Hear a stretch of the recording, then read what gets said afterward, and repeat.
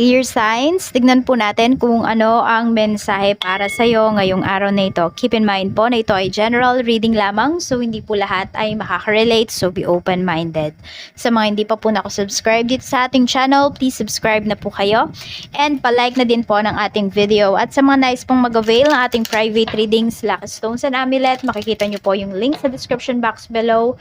Tarot Intentions by Aliana Reyes. Okay, tignan po natin kung ano ang mensahe para sa'yo ngayong araw na ito. We have a blessing on your creativity. So, sobrang sipag ngayong araw. O baka meron naman dito, baliktad, sobrang tinatamad naman kayo kasi sobrang naging masipag kayo nitong mga nakakaraang araw. We have a blessing on your intuition. Ayan, so maandar talaga yung intuition ninyo. Parang kahit binablock nyo siya, ayan po. We have a blessing for good work. So, sobrang sipag talaga. A blessing for those who are nearing their final breath. Ayan, huling buntong hininga nyo na yan. Ibig sabihin, may masosolve dito na problems niyo. May natatakot kapag kapag yan yung cards na lumalabas, may natatakot dito. Ayan. So, it's up to you. Literal nyo bang titignan yung card na to? Or, diba? Ayan. Pero, ayan, yung iba po sa inyo. Kasi, diba, meron tayong a blessing for good work. So, yan po, marirealize niyo, hay, salamat. Nakinig din, hay, salamat. Tama yung yung intuition ko. So yung mga problems po ninyo dito is malilift. Tignan natin ano pa yung mensahe para sa iyo. Spirit guide, ano pa po ang mensahe natin for air signs, Gemini, Libra, Aquarius, Sun, Moon, Rising, and Venus. What is a blessing on your creativity? A blessing on your creativity. We have mending. Ayan. So, meron kayo ditong naayos talaga. So, yun, ito din yun eh. Meron kayong mga naayos na mga problems. Meron kayong mga napagpabati. Pwedeng iba sa inyo, mediator kayo dito. Or meron ba kayong nawalang parang magkapares na sapatos, hikaw? Ano pa ba yung mga magkakapares? Medyas. So, pwede ngayong araw po na yan dahil sobrang sipag nung iba sa inyo, mahahanap ninyo. I mean, makikita pala ninyo kasi hindi nyo naman hinahanap eh. Air sign. So, ayan, pwede mag-general cleaning yung iba sa inyo sa bahay or kung saan man. Tapos, ayun, makikita nyo yung mga pairs na nawawala. So, tingnan po natin what is a blessing on your intuition. We have yin. So, mas gumagana po ngayon yung pagiging yung softer side ba ninyo? Softer side po ninyo. Air signs. Ayan. So, very feminine yung energy ninyo ngayon. Parang kapag may mga tao na sabihin natin, naisip kayo, is hindi magdadalawang isip na lapitan po kayo ngayong araw na to. Kasi magaan po yung energy ninyo. Parang nafe-feel nila na hindi mo sila tatanggihan. A blessing for good work, we have breathe. Ayan. So, di ba? Makakahinga na talaga kayo kasi nga ng maluwag air signs dahil matatapos na yung mga problems niyo dito sa trabaho. O yung iba sa inyo kung nagde-decide kayo o nag-iisip kayo kung magre-resign ba kayo or hindi. Ngayong araw, marirealize nyo kung ano ba talaga yung gusto niyo or ano ba yung makakabuti po para sa inyong career. Tignan natin, ito yung mga lucky numbers po ninyo. 19, 8, 18, 43, 29, 2, and 52. Na yan po. So, tingnan natin pagdating naman sa trabaho. Kamusta naman po, Spirit Guide, ang trabaho ni Air Signs, Gemini, Libra, Aquarius, Sun, Moon, Rising, and Venus. Kamusta naman po, Spirit Guide, ang trabaho? Kamusta po ang work ni Air Signs? Work po ni Air Signs, Spirit Guide. Okay. Tingnan natin kung kamusta ang iyong trabaho. Meron tayo dito, Justice and Eight of Pentacles. Meron ba nagre-request sa inyo dito na salary increase or pwedeng ibibigay na po yan sa inyo? Meron papapirmahan dito sa inyo na kontrata. Ayan po. So, yun. Sa mga nagdadalawang isip dito, kung pasado na sa inyo yung salary increase na to, mukhang hindi na kayo aalis. Ayan po. So, medyo busy pa rin talaga ngayong araw. Yung iba may mga kinakaharap kayo ng mga tambak na papeles na ninyo talagang ayusin na. Ayun, sabi ko nga, sobrang sipag ninyo, diba? Ayan. So, maayos nyo po yan ngayong araw na ito. Matatapos nyo. Pagdating naman sa negosyo, we have Queen of Pentacles and we have the Moon.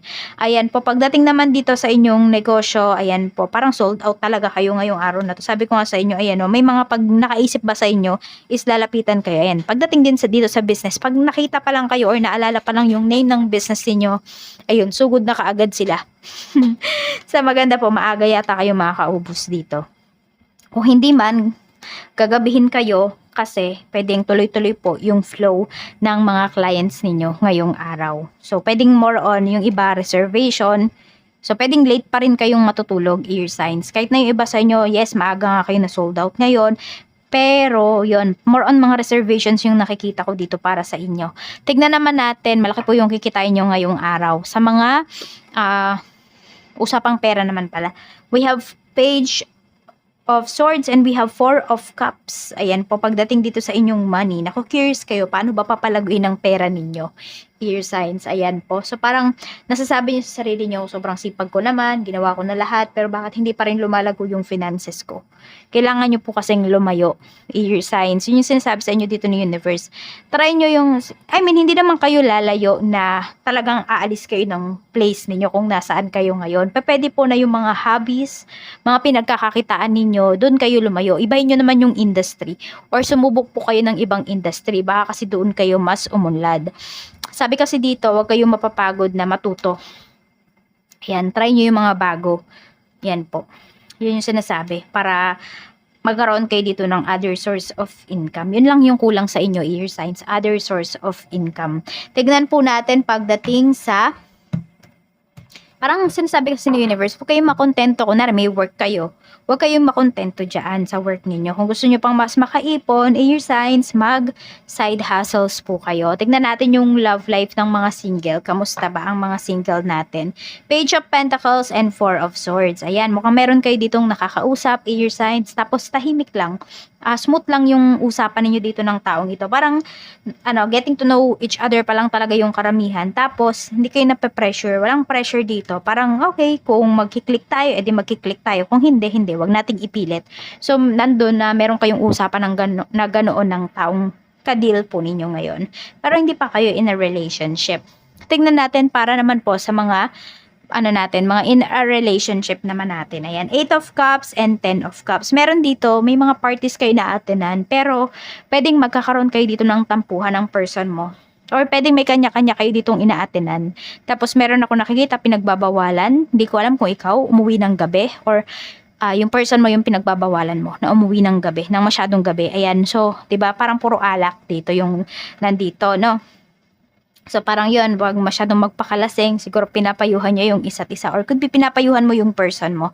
Meron din nga ako nakikita dito magkakatampuhan. So parang same kayo na nga atin na ng person mo, tapos meron dito uuwi ng maaga ngayong araw. So tingnan natin, Spirit Guide, pagdating naman po sa mga mag-asawa.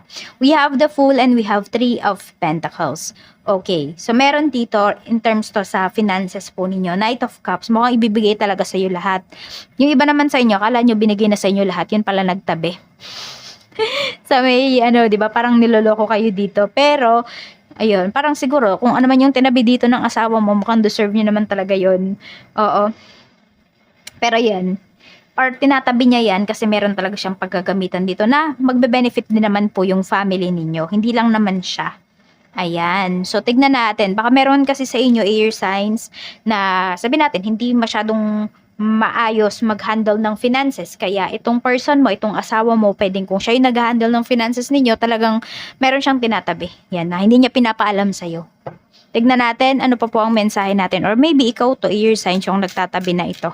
Check natin ano pa po ang mensahe natin for air signs, Gemini, Libra, Aquarius, Sun, Moon, Rising, and Venus. Isang card lang po, Spirit Guide. Napakarami po nito. Tignan natin kung ano yung last message para sa iyo, air signs, for today. Ayan. Last message po natin for air signs, Spirit Guide ngayong araw na ito. Tignan po natin. Ako tayo sa gitna. We have second chance. Ayan. Do you believe in second chances? We have reconciliation, making amends. We have opportunity. So, ayan. May opportunity pa para maayos yung isang sitwasyon, yung isang relasyon. Ayan po. And dahil Mercury retrograde ngayon, iwasan nyo munang bumili ng mga gadgets. Or kung napapansin niyo yung Messenger or yung ibang app sa phone po ninyo nagloloko kasi natatamaan kayo ng retrograde. Ayan, natatamaan niya ng Mercury retrograde. So, second chance. This is also your time.